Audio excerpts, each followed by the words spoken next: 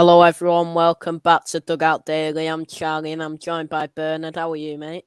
I'm fine, Charlie. Yeah, just a bit warmed up a bit now, haven't it? I haven't got my layers on today. We're all right. So I'm thinking back to this game now. It seems a long time ago. All of a sudden, we've got Yeah, another game coming up, haven't we? Very quickly, but it seems ages ago. This now, but the time at my age, mate, time flies. It's awful. yeah. We'll get straight to it then. The early 12:30 kickoff was a 1-0 win for City. The goal was scored by Raheem Sterling from the penalty spot. One of the most stupid red cards I've ever seen for Wolves with Raul Jimenez. What was your thoughts on the game overall? Yeah, I mean, it was more the things to do with the officials, wasn't it? Ruined the day, really. I mean, when we have, obviously, we'll go through the stats later, but the number of shots we had and the only goal we got was a penalty. It was pretty diabolical, really, to be honest with you. It shouldn't have took, as I say, certainly with the circumstances as well.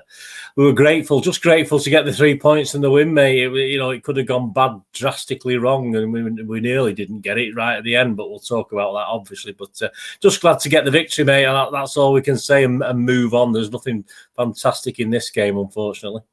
Yeah. We'll look at the team news then, starting with City, of course. It was a 4-3-3 as usual. Ederson was in goal. A back four of Cancelo, Diaz, Laporte and Zinchenko, with Rodri, Gundogan and Bernardo in the midfield.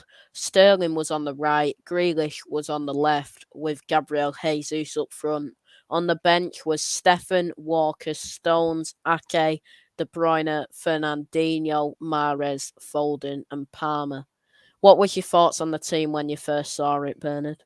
Yeah, I knew he was gonna. I think we said it last time we were on here, mate. I knew he was gonna drop Walker. I knew Walker was gonna get punished for his stupidness that he did, obviously, in that other game. So I knew he was gonna be out, which meant a place for Zinchenko, of course, with Cancelo moving over to his normal side.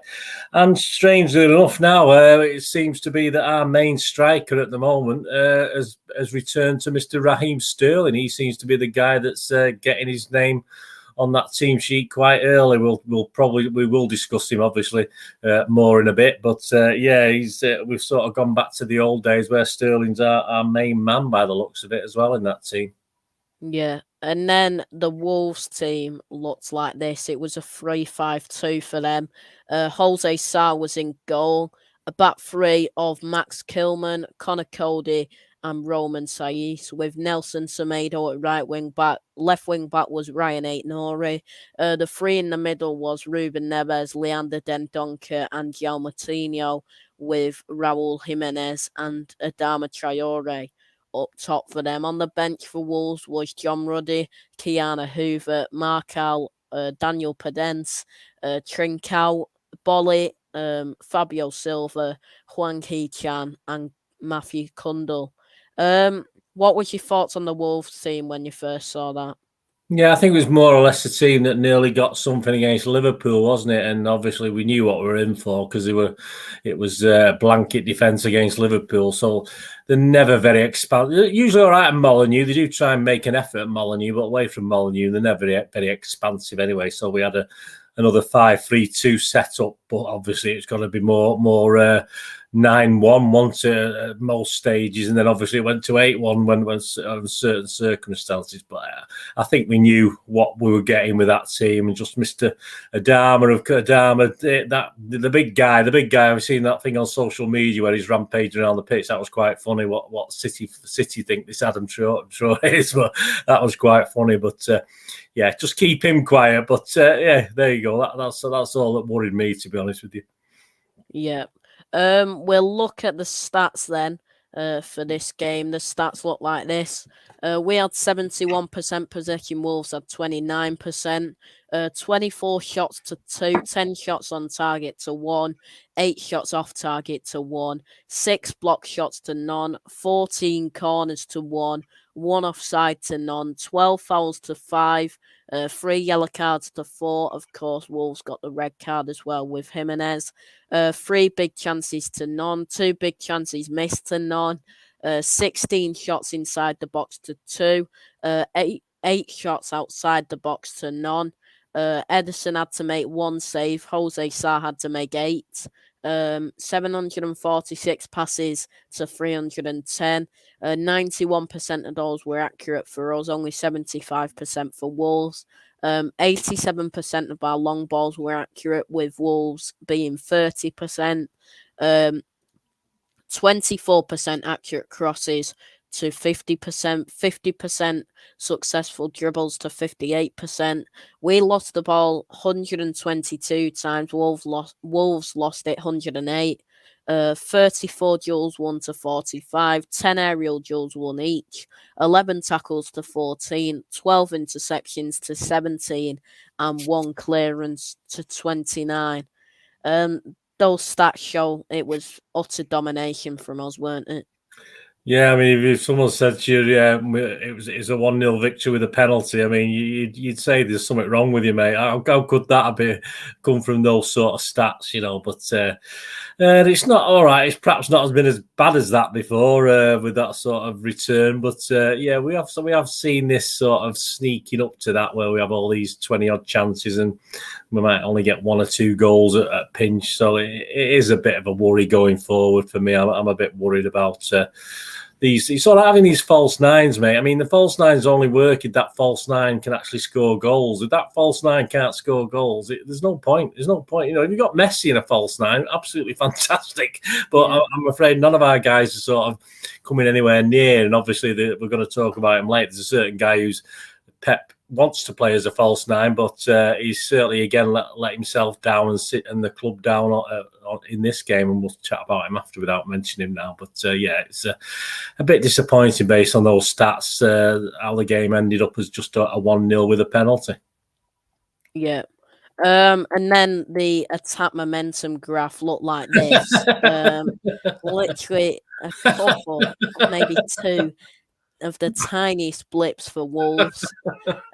Utter domination for us, and the goal was from a penalty. Was it the Aston Villa lads we had on the other week, and we're looking at their graph, and they were all sad about it and looking at West it. Ham, yeah. Was it West Ham? West Ham, yeah. And say, I mean, flipping it. They want just to cheer them up. They want to have a look at that graph, don't they? Yeah. See what Wolves do. I mean, even for that first half where they had 11 men on the pitch, you know, that is pretty pathetic, to be honest with you. Yeah. We'll go on to the players then. We'll start with Edison, of course, in goal. 1 save from inside the box, 22 touches, 100% accurate passes, 3 out of 3 long balls were accurate. And yeah, not much to say really about Edison apart from that quite a good save at the end. Yeah, he didn't look as good actually on the telly, did he? I mean, I was right behind it in the south stand, obviously, and to me, I thought it was in. I mean, I saw the ball going across. I saw Zinchenko absolutely over. You know, that guy must have been about a foot taller than him at the back post. And again, how the hell we don't have bigger guys looking after the big guys in them sort of situations. Yeah. Obviously, it's zonal stuff, isn't it, and all this crap. But I thought it was in, mate. I just and I say it didn't do it justice on the TV, that save. He didn't have much to do. But yeah, fantastic. 3 points could have turned into 1, and that would have been an absolute embarrassment. So well done, Edison. You say he didn't have much to do, but he did that right. It looked easy, but I assure you, he sort of had to get across quite quickly and react quickly. So yeah, all credit to him. He got us 3 points, Edison. Yeah, definitely. Into the back 4 then. We'll start from right back, of course. Normally at left back at the moment for us. João Cancelo was at right back. We'll have a quick look at his stats. 1 interception, 4 tackles, which dribbled past twice. 7 out of 11 ground duels were won. 1 out of 1 aerial duels were won. 33 times he lost a possession. 1 foul, 158 touches, 81% accurate passes, 4 key passes, 2 out of 7 accurate crosses. 7 out of 8 long balls were accurate. 1 big chance created, 1 shot on target, 1 shot off target, 1 shot blocked, and 3 out of 4 dribble attempts were successful. Thoughts on Cancelo's performance?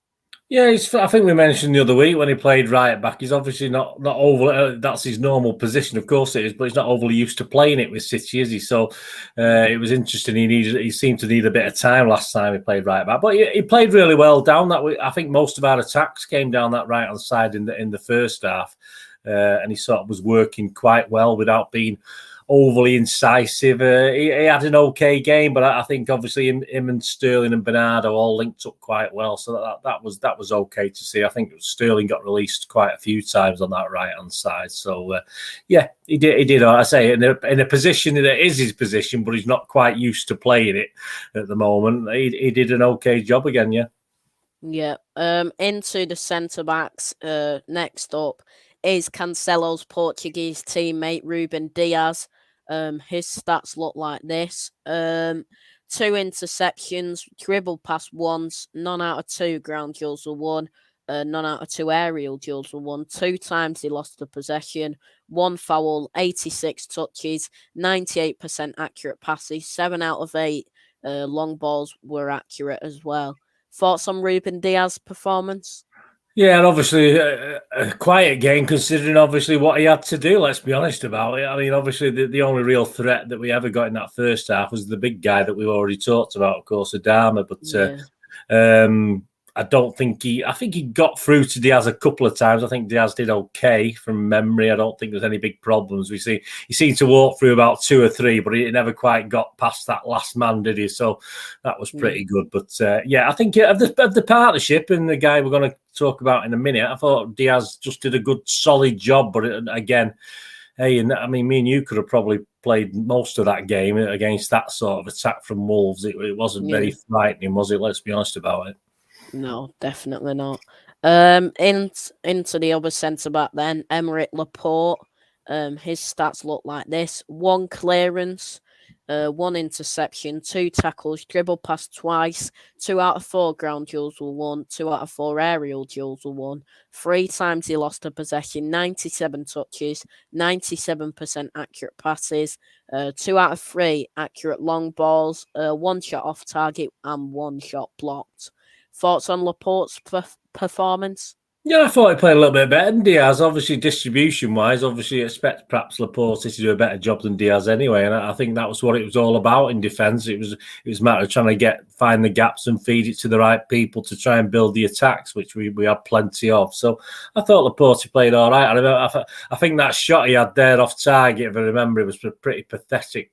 Thinking back to what I can't picture it in my mind, but I'm fairly sure I thought, oh, flipping out, what the hell was that when he did it? But there you go. We don't expect Laporte to score many goals, do we? But I thought he was of the defenders. I thought Laporte was the best one. Yeah. And then into the left back, Alexander Zinchenko. His stats look like this. 3 interceptions, dribbled past twice, none out of 4 ground duels were won, 1 out of 3 aerial duels were won. 11 times he lost the possession, one foul, 118 touches, 94% accurate passes, 2 key passes, 1 out of 4 accurate crosses, none out of 1 accurate long balls. One shot off target and none out of 1 dribble attempts were successful. Thoughts on Zinchenko's performance? Just steady, mate. It didn't inspire me. There's nothing I particularly remember thinking, "Oh, that was fantastic." He just does a typical Zinchenko performance. I mean, obviously, if Walker and Cancelo are playing, you expect a bit more quality. Zinchenko does the basic stuff, and he does it okay. And as I said, I don't remember anything outstanding. I just thought he was on the day one of our quieter players. Yeah.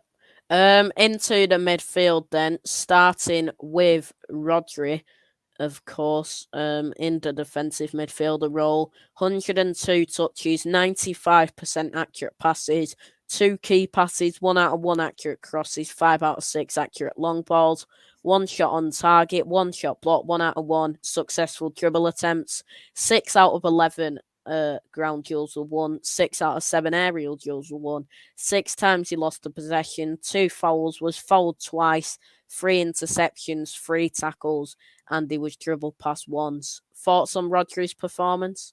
Yeah, it's good to see him. As I say, I was always a bit dubious about his height and actually winning headers and things, but it's nice to see that he's obviously them sort of figures 6 out of 7 aerial duels won. That was pretty good to see. He obviously sort of wound up a certain gentleman to get a certain gentleman sent back to the changing room. So that's all well and good as well. So yeah, he's just.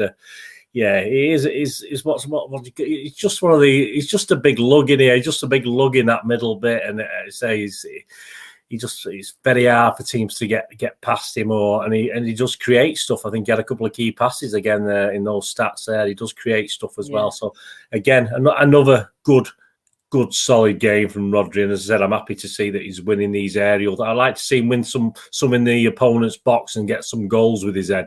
That's the next step. I'm not asking too much, I don't think, but because he seems to be getting up there a little bit. I've seen him have a couple of attempts recently, so a bit more of that, Rodri. But yeah, you're doing a good job. Yeah. Next up then is Bernardo Silva. 74 touches, 85% accurate passes, 1 key pass, none out of 2 accurate crosses, 2 out of 2 accurate long balls, 2 shots on target, 1 shot off target, none out of 3 successful dribble attempts, 1 out of 6 ground duels were won, none out of 1 aerial duels were won, 15 times he lost the possession, 1 tackle, and he was dribbled past twice. Thoughts on Bernardo's performance? Yeah, he had one good chance, didn't he? It was very similar to that goal where he jinked in and hit it with his left foot the game before, wasn't it? And he sort of didn't sky it. I think he hit about 2 yards over the bar, coming in from the right hand side on his left foot, and the guy gave him room again, which a bit disappointing. Not one of his greatest games, of course, but his work rate never falters, does it? I mean, I don't think there's anything. Say he won the dubious penalty, which is, we'll take that. We'll take that all day, of course. But yeah, a bit quieter. It certainly wasn't vying for my man of the match this week. That's for sure. But which he does most weeks. But steady stuff. And as I say, he had to be there to put that ball in to get the penalty. So a bit of an assist, really, wasn't it? Yeah. Big up Chelsea fan in the chat as well. We'll move to Ilkay Gundogan then in the midfield next to Bernardo.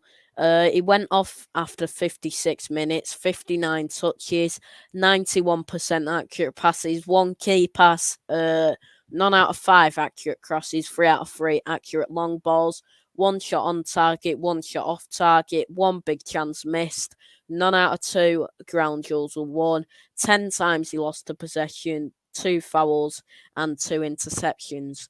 Thoughts on Gundogan's performance?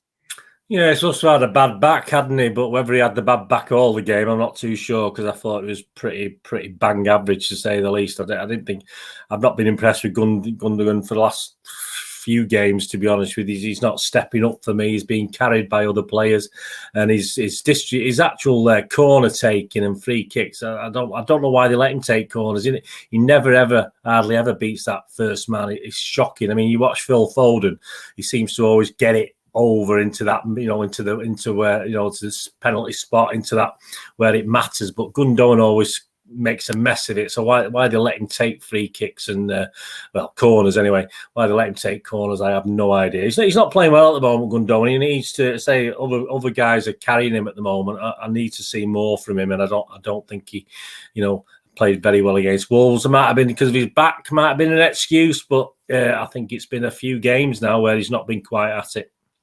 Yeah. Next up then, into the front three now, Raheem Sterling. Next up, of course, he scored the goal, 3 shots on target, 2 out of 3 successful dribble attempts, 58 touches, 93% accurate passes, 4 key passes, 2 out of 4 crosses were accurate, 1 big chance created, 2 out of 5 ground duels were won, none out of 1 aerial duels were won, 12 times he lost the possession and 1 foul. Thoughts on Sterling's performance? Yeah, I mean, a lot of people had him as the man of the match. I won't give you my man of the match yet, but it's weird. I mean, he is playing better, and what worries me is, as I said, he's become our main guy at the moment, and that to me is a worry because he is playing better, but he's not brilliant. He's not brilliant by any means. I mean, people say, and people are crediting him with that penalty. All credit for him to step up for the penalty. I was hoping Ederson was trying to get it because he ran over to the dugout, didn't he?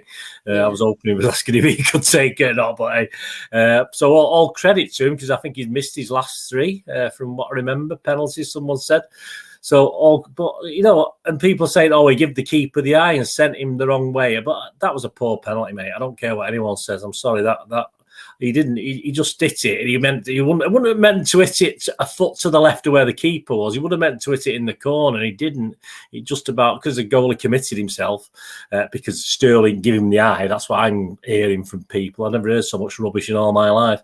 Obviously, it was just a poor penalty. Unfortunately, the keeper went the wrong way. And I say, if he'd not committed himself as much, he probably could have kicked it out because it was that close to him. Where you're going sort of the other way, but you can stick your foot out and kick it. But yeah, he's our best player, but it worries me because he's probably our best player at the moment going forward, but he's not very good, and that does worry me. I know it seems a silly thing to say when he's out currently rated as perhaps one of our best forward, but that does worry me the hell out of me because I don't think he's that great, to be honest with you. He's okay. He's a lot better than he was, but it is a bit of a worry for me, mate, that he's sort of first name on the team sheet as a striker at the moment. That's very worrying. Yeah. On the left then was Jack Grealish. He went off after 74 minutes, 2 shots off target, 1 shot blocked, none out of 1 successful dribble attempts, 1 big chance missed, 46 touches, 91% accurate passes, 2 key passes, 1 out of 4 accurate crosses, 1 out of 1 accurate long balls, 2 out of 4 ground duels were won, 8 times he lost the possession, and he was fouled twice. Thoughts on Grealish performance? Yeah, I mean, well, I mean, it's just another one of those games with Grealish, wasn't it? I mean, when his first few games, when he sort of he was holding on to that ball down the left hand side, etc. And obviously, Pep's been moving him around since then, so he's not really kept over there because other players are better in that position. But obviously, because Foden wasn't on the pitch, you think he might have done a little bit more in this game, to be honest with you. So I was a bit disappointed. If Foden's not playing, you expect Grealish to do a little bit better. And as for that miss, well, we've seen Sterling do them sort of misses, haven't we? Let's be honest about it. But yeah, I know. To me, he's not a natural. I mean, if Pep wants to play him as a false nine, mate, I think we said it before, didn't we? I'm sorry, we haven't got anyone clinical enough to play a really good false nine. And at this point in time, perhaps it will come. But Grealish has been around for a while now. If he's not knocking him in for fun now, I mean, but when will he? He's not as though he's got to learn. It's an instinct, isn't it? You know what goal score is like. A lot of it's instinct. It's now to do with practice. You can practice all you like, but it's having the nous to do it. And I think I'm a bit disappointed with Grealish again now. I stick up for Grealish, but that finish was poor. There may be excuses. It sort of came sort of knee high to him, and perhaps I don't know. I think he should have had that in the goal. And generally, though, I thought he had a pretty bang average, unimpressive game, unfortunately. Yeah. Big up Maisie in the chat as well. The final starter before we go to the 2 substitutes was Gabriel Jesus. He was up front. 1 shot on target, 1 shot off target, 1 shot blocked, 2 out of 3 successful dribble attempts, 38 touches, 95% accurate passes, 1 key pass, none out of 1 accurate crosses, 1 out of 1 accurate long balls, 2 out of 7 ground duels were won, none out of 1 aerial duels were won, 8 times he lost the possession, 4 fouls, 1 offside, and he was dribbled past once. Thoughts on Jesus' performance? I think in a game where we obviously look at that, the stats before with the attack and what sort of the graph, and certainly in the second half, he just didn't stand out for me. And I expect Jesus to stand out because he, as I said, even if he's not having a great game, he's a nuisance. He's getting all over the place, but I just didn't notice him that much again against Wolves, and I think again he was one of our weaker players again on the day. He just couldn't quite get into it. With that packed defence, he couldn't find the room to do too much or get in the spots to do it. So, again, another one who on the day was, even though we had 24 shots or whatever it was, there's too many players not quite at it, even though we seemed to be dominating that game. There weren't enough players doing the right thing at the right time, unfortunately. And Jesus was definitely one of those that just didn't really do that much to create anything or give us a good chance of getting a goal. Yeah. On to the subs now. The first sub was Phil Foden. He came on after 34 minutes. 31 touches, 91% accurate passes, 1 key pass, 1 out of 4 accurate crosses, 1 shot on target, 1 shot block, 1 out of 1 successful dribble attempts, 1 out of 1 ground duels were won. 5 times he lost a possession. Thoughts on Foden while he was on the pitch? Yeah, I think he looked okay because some of the other guys were pretty quiet. So I think Foden looked okay when he come on, but I think I'm still not happy that he's 100%. I think there's still something wrong there with him. He doesn't seem to be playing with the same intensity and the same confidence that he was playing with, obviously early season. He's had a few little knockbacks, hasn't he? I think he's still not 100%, and I think he's sort of trying to play him back into some sort of fitness. But based on the fact that the rest half of that team didn't perform particularly well, he looked okay. But again, by Phil Foden's performances, it was very, very bang average for me again. Yeah. And then the final sub was Kevin De Bruyne. He was on the pitch for 16 minutes, 28 touches, 74% accurate passes, 1 key pass, none out of 1 accurate crosses, 2 out of 2 accurate long balls, none out of 1 successful dribble attempts, 1 out of 2 ground duels were won, 9 times he lost the possession, and 1 tackle. Thoughts on De Bruyne while he was on the pitch? Yeah, I mean, I remember a couple of balls thinking, that was a good ball, a couple. That's about it. But again, it was just the same, really, at a time when he came on, when we perhaps needed that second goal just to make sure, which we certainly did, because obviously, as I say, we nearly succeeded in actually turning a victory into a draw in the last minute. But again, when he's on the pitch, I think who's he going to supply the ammunition for against Wolves? Because I said most of our guys didn't seem at it, to be honest with you, and unless he's got someone to supply the ammunition for, KDB's wasted, because unless someone's running into those gaps that he's spotting, it doesn't matter. The same, he did a couple of good balls, so it's okay. But I'm hoping he'll obviously play the next game and get a start the next game. We'll get to see a bit more, because he definitely needs more time, because he's another one who's being carried by other players. As simple as that. But you can't really criticise when he's only on the pitch for a quarter of an hour. But that's how it is. Yeah. The expected goals from this game, of course, it was 1-0. With all the stats, we were expected 2.79. With Wolves 0.16. That tells you we're really the domination, and we just couldn't put the ball in the net apart from a penalty. Yeah, I do worry. I mean, obviously, I was talking about the Champions League draw and stuff like this, and I did actually say I don't at the moment, even though certain players are playing above themselves this season. There's probably about 4 or 5 you can think of. The Cancelos and the Rodris and Bernardo's are playing far better than they did last season. As a team, I don't think we're as good as the team that got to the Champions League final last year, just at this point in time. A lot could happen between now and February the 15th, but we need a few more players to step up. There's just not enough doing it. And they say we're not scoring, and tight games, if we can only put the ball in the net after 24 shots by a penalty. I mean, when we only get in 7 or 8, say we're going to get a game where we only get 7 or 8, 9 chances, a really tight game. I mean, what are the chances of putting one of them away? Very, very slim, unfortunately. So we're going to have to do something. I mean, that 2.79 looks okay, doesn't it? But it didn't even. I think Sarr had a good game. The goalie had a good game. Made 3 or 4 pretty good saves, but it's just a mismatch. Other than that, I mean, you have to allow for. We weren't getting bodies in the box either. I don't think, Charlie. I think that's sort of about a few games ago we seem to be getting a lot of players in that box, And some of the guys now, they just don't seem to be up there. We're getting someone to the byline. There's no one to cross. There's no one to put it into. There's no one in the box. So, we've gone back to the old problem, and yet we'd seem to have sorted that out. But I think it's all to do with some of the players just not doing it. There's certainly half of this City team, week in, week out. Good players aren't doing what they should be doing for whatever reason, coming back from injury, or they're not too good, or they're not 100%. I don't know what the reason is.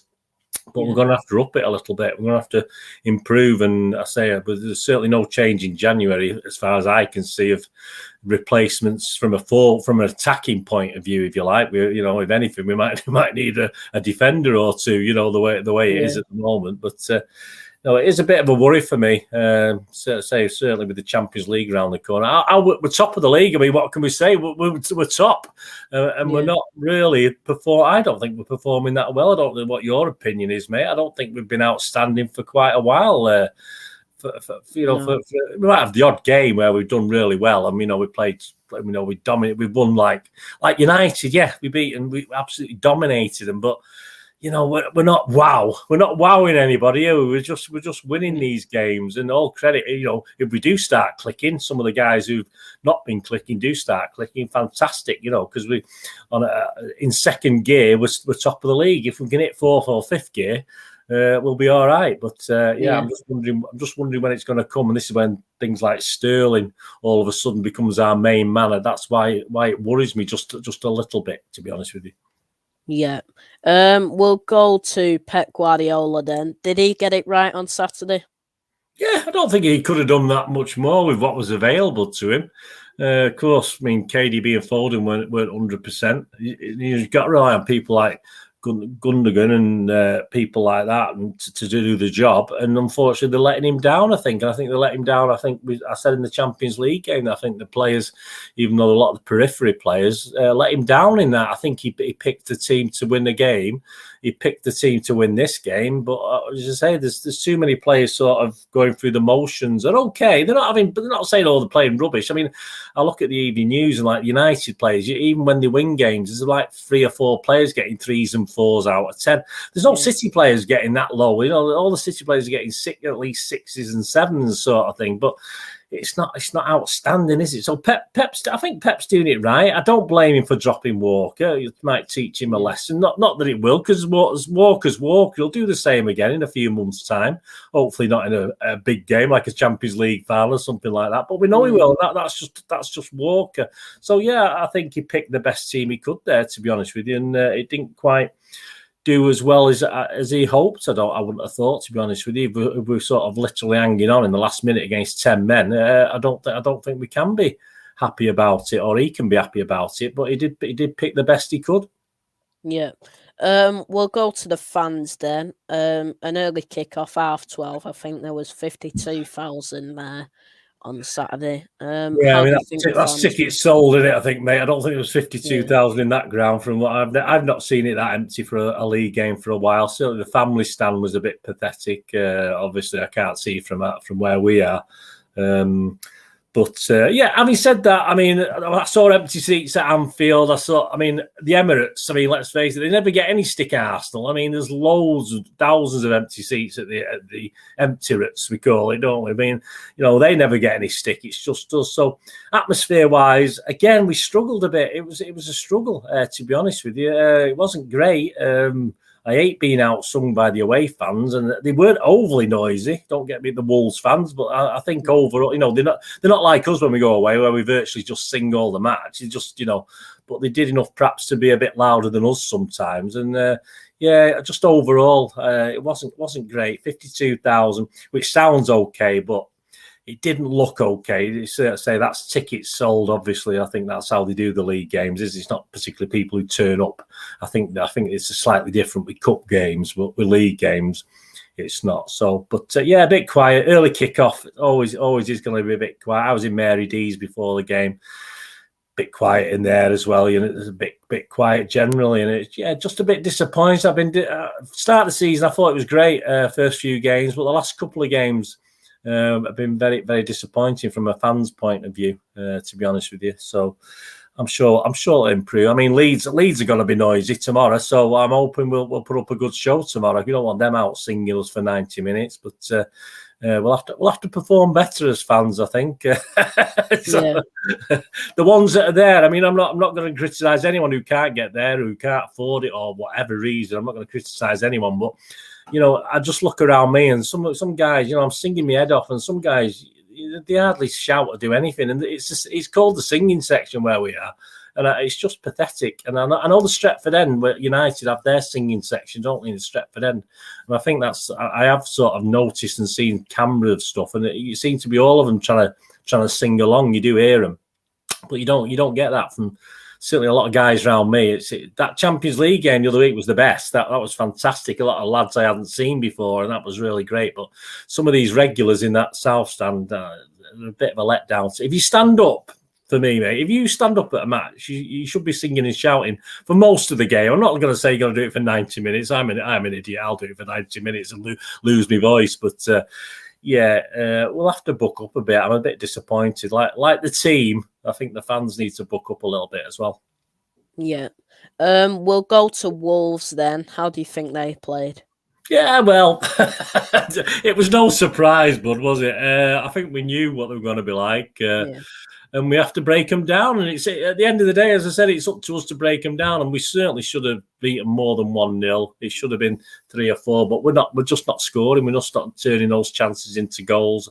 And they didn't deserve anything for me. They didn't deserve, all this about the penalty. It wasn't a penalty. We should have had a penalty in the first half where the player leaned into it with his arm. That should have been a penalty, which was at our end in the South Stand. That was a blatant penalty. I think Match of the Day picked on that and said, well, all right, that other one was a bit dubious, but this one was definitely a penalty. So I'm not having that excuse that we won it because we were lucky that all the papers and the media are saying, because it's clickbait. It's just so Liverpool fans and the Chelsea fans, the United fans will be dead happy because they're slagging City off.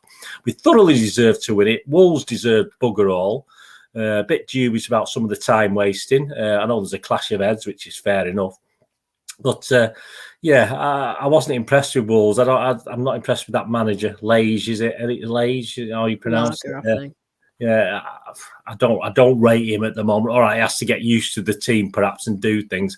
And I say they can play a bit better. I've seen them play better at home, certainly at Molineux, but that's normal away from home. They're very, very defensive minded. They don't let many goals in as such, but they don't score many either, do they? Let's be honest about it. So, yeah, very disappointed with Wolves. Playing like that, you wouldn't be bothered whether they get relegated. To be honest with you, it's not going to happen because they say there's too good defensively, perhaps. But I wasn't impressed with Wolves, and I wouldn't have thought the fans would be impressed with them either. To be honest with you, I wouldn't watch that if I was a Wolves fan. I wouldn't. It's like back to the old Stuart Pearce days. Absolute not quite as bad, but no, I wouldn't be very happy with that. To be honest, as a Wolves fan. No, definitely not. Next, we'll go to the referee, John Moss. How do you think he did?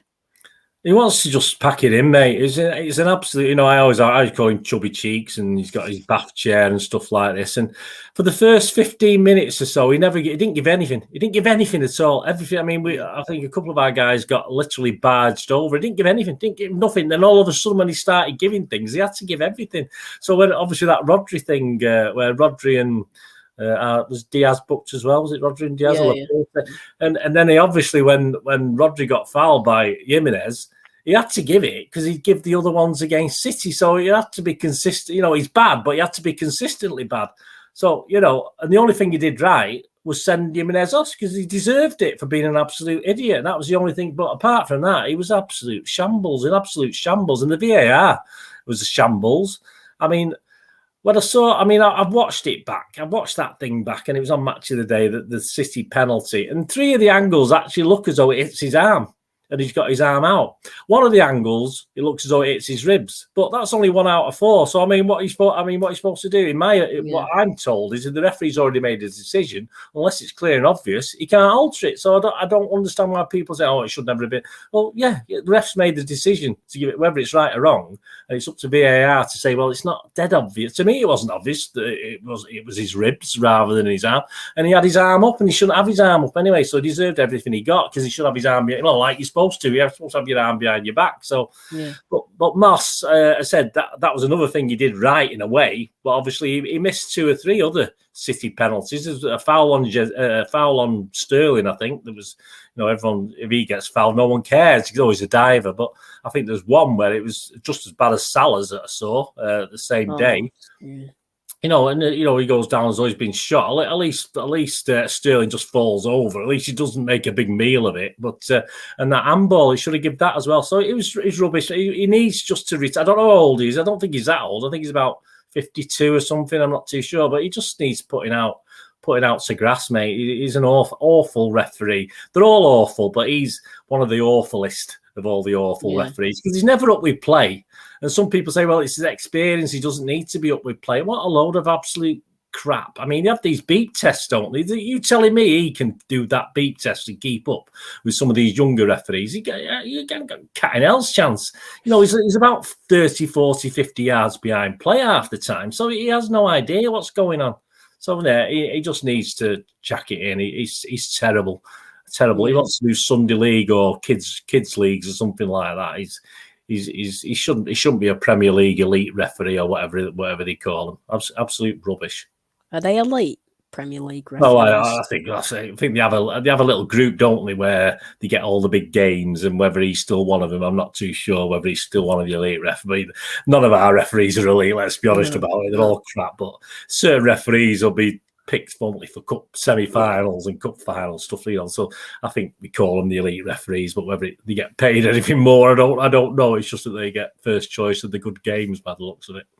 Yeah, but he's awful, mate. I mean, would you agree? I mean, what do you think of him? I don't think any referee's good, to be honest. That guy the other week, as I said, who we swapped to, who ended up doing it, and he shouldn't have been doing it. He was the 4th official. He was the best for a long time, and he's not one of the regular guys. So perhaps we just need new blood. And I've even said, well, train up some more women to do it. Get some more ladies doing it, and I think there'll be a bit more respect for him as well. And so that girl who does stuff, she's very good. Shan something or other. She runs a line, doesn't she, most of the time? But some more, get some more ladies trained up, and then obviously you won't get the crap from the players either, because they'll be a bit more gentlemanly, I think, with ladies. But why would you want to do it? Let's be honest about it. Why would any woman put herself through that anyway? But there you go. It's an option, but as you say, they're all pretty awful. But Moss, rubbish. Yeah. We'll go to your man of the match then. Who do you give it to? Well, I mean, I hate to say it, but just for the fact that he was the only sort of player who looked as though he was sort of interested in a sort of forward-thinking way, and that was Sterling. I mean, I give it Sterling. I didn't particularly want to, but I was struggling.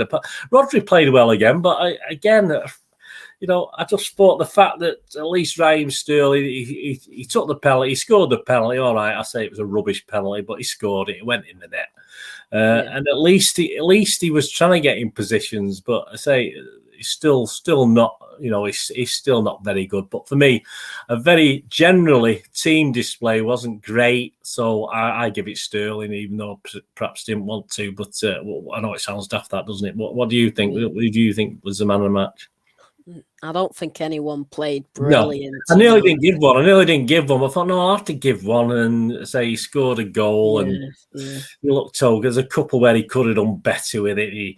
I think there's one. I remember one where he sort of went over his shoulder. I think it was in the first half, and other players instinctive might have just stuck a foot out and towed it and tried. The keeper might have been sort of missed it, because obviously it was, if you do it like that, it's just a natural instinct sometimes for a player, and he didn't. He sort of let it run. He just ran into the keeper's arms. You know what I mean? But people like your old centre forwards would probably just put a little boot on it, and it could have gone anywhere. It might have just gone to the side of the keeper and in the goal. You know what I mean? Because the keeper wouldn't have time to react to it. But that's where, because he's not a natural. I don't think Sterling's a natural goal. So we don't have one. We don't have a natural goal scorer, because we've got all midfielders and we've got wingers who can score goals. We know Sterling can score goals. Of course he can. But he can score some great goals. But I mean, I can't remember the last time he scored one from distance, to be honest with you, that he used to in the old days. But I'll give it. As you say, like I said to you there, you just said then no one particularly, but I did it because I had to give one. But yeah, a bit like you, I was thinking, no one really. Yeah. We'll look at the Premier League table before we quickly talk about the game tomorrow night against Leeds. So we're still at the top, a point clear of Liverpool, 2 points clear of Chelsea. Wolves are in 9th on 21 points. They'll be safe from relegation in the Oh top yeah, half, but I don't think they're good enough to push for Europe, to be honest. they're not a patch on the Wolves of last season, are they, mate? Let's be honest about it. At least they had something about them last season. And as I said, he might be finding his feet, and he'll start being a bit more expansive and a bit more productive with the team, because they've still got some good players there, haven't they? He's got some good players at Wolves, but yeah, he's. Yeah, and as I said, City are top. We're still top. I want us to beat Leeds tomorrow and stay top, even though I don't think we're playing particularly well overall, which is good. So that can't be bad, can it? But I'm just keep hoping that some more players will start turning it on. And I think a lot of it's fitness levels and injuries, of course. It's all little, like Pep said himself, niggly things that have been happening. So we lack a bit of consistency. We seem to have a full squad, but we don't really. Not everyone's quite at it. So this full squad, not everyone's quite 100%. So we don't really have a full squad to pick from. So it does limit, as I say. Mr. Sterling is probably.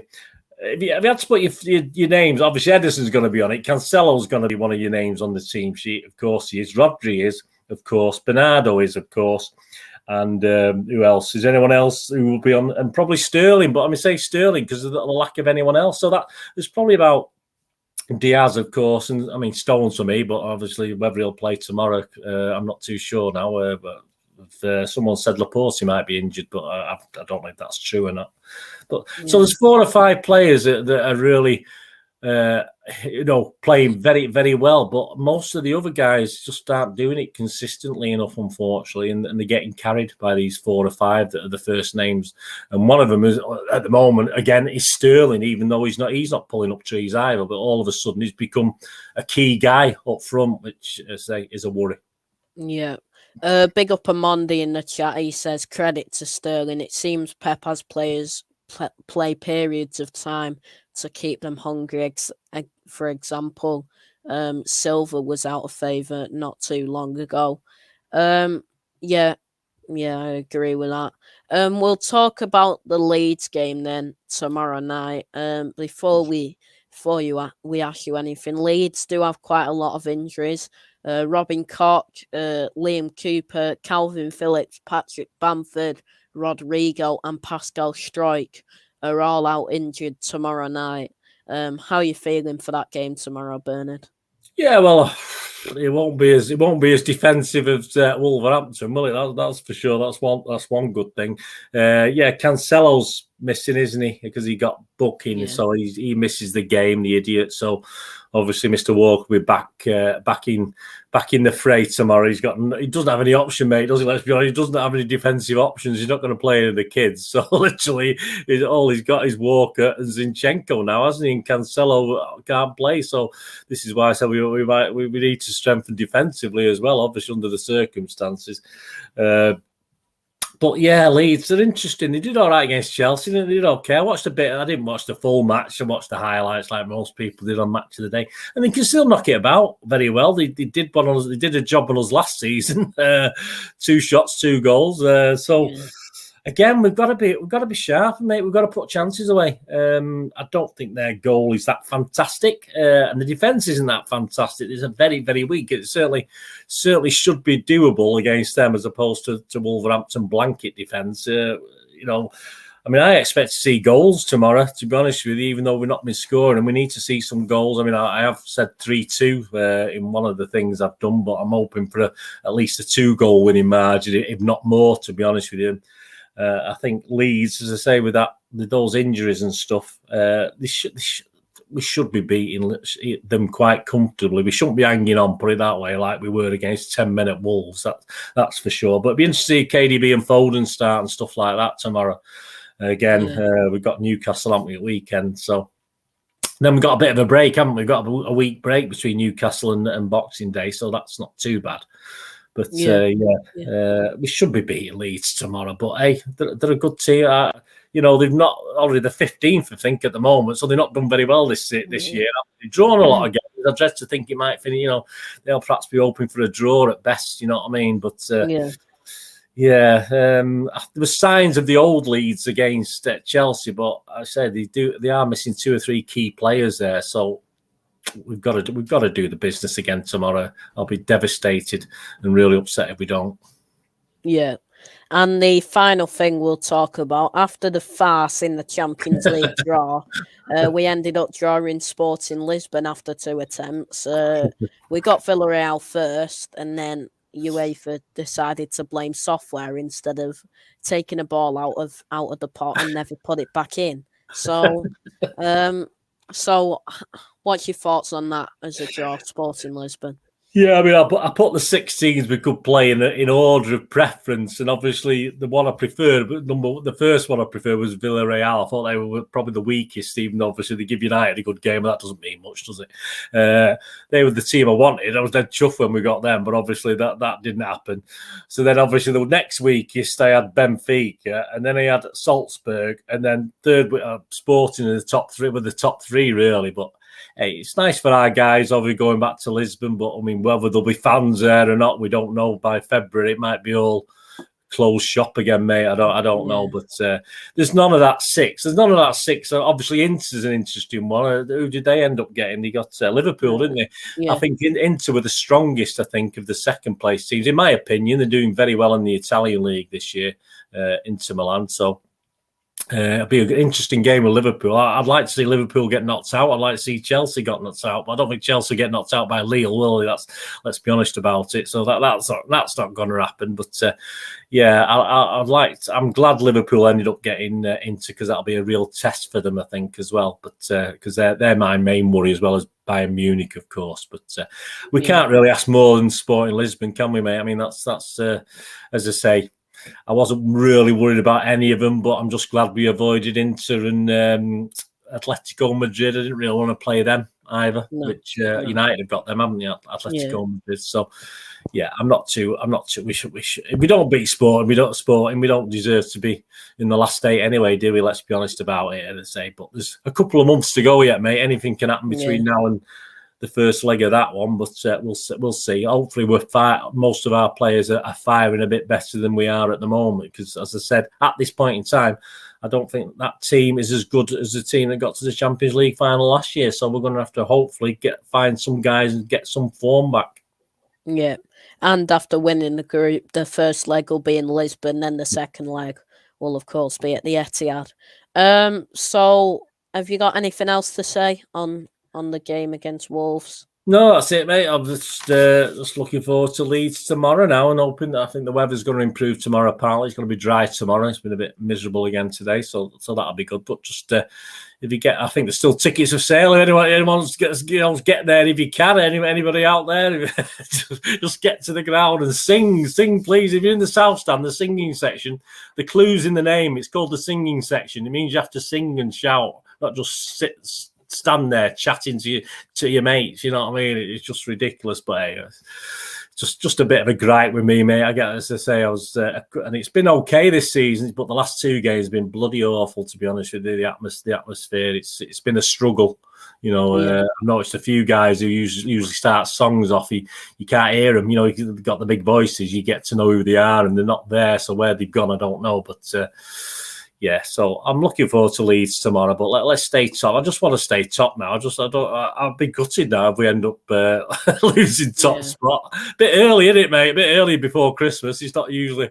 It's threw me a bit, this. But as I say, we're probably punching above our weight at the moment. But as long as we carry on doing that, I don't mind.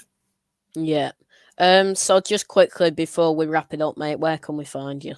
Yeah, if you go on Twitter, I mean, obviously I do. I'm on YouTube on the Citizen channel. If you put Citizen spelt the old-fashioned way with an I, not with a Y, you'll find me. And if you put Bernard Deneen, DINN in any search engine, I'll crop up all over the place. So, and if you're into films and TV as well, I do stuff on films and TV as well, reviews and stuff. I've just done West Side Story. If you fancy a good musical review, that's going out tomorrow morning. So if you want to have my views on that, that's there tomorrow. But just get me on Twitter, Bernard Deneen at Charles Deneen, and you can follow all the links from there. Thanks, mate. Cheers for coming on again, mate. No worries. You can find me at MCFC Hibs on Twitter, of course, here Dugout Daily on YouTube. Tomorrow, then we have a stream at 5 o'clock ranking the top 10 wingers in Premier League history. So yeah, I'm looking forward to that one. We'll be joined by Amondi and Anthony for that stream. So yeah, we'll wrap it up there. Thank you all so much for watching. Please like, share, and subscribe, and I'll see you all later. Take care and peace.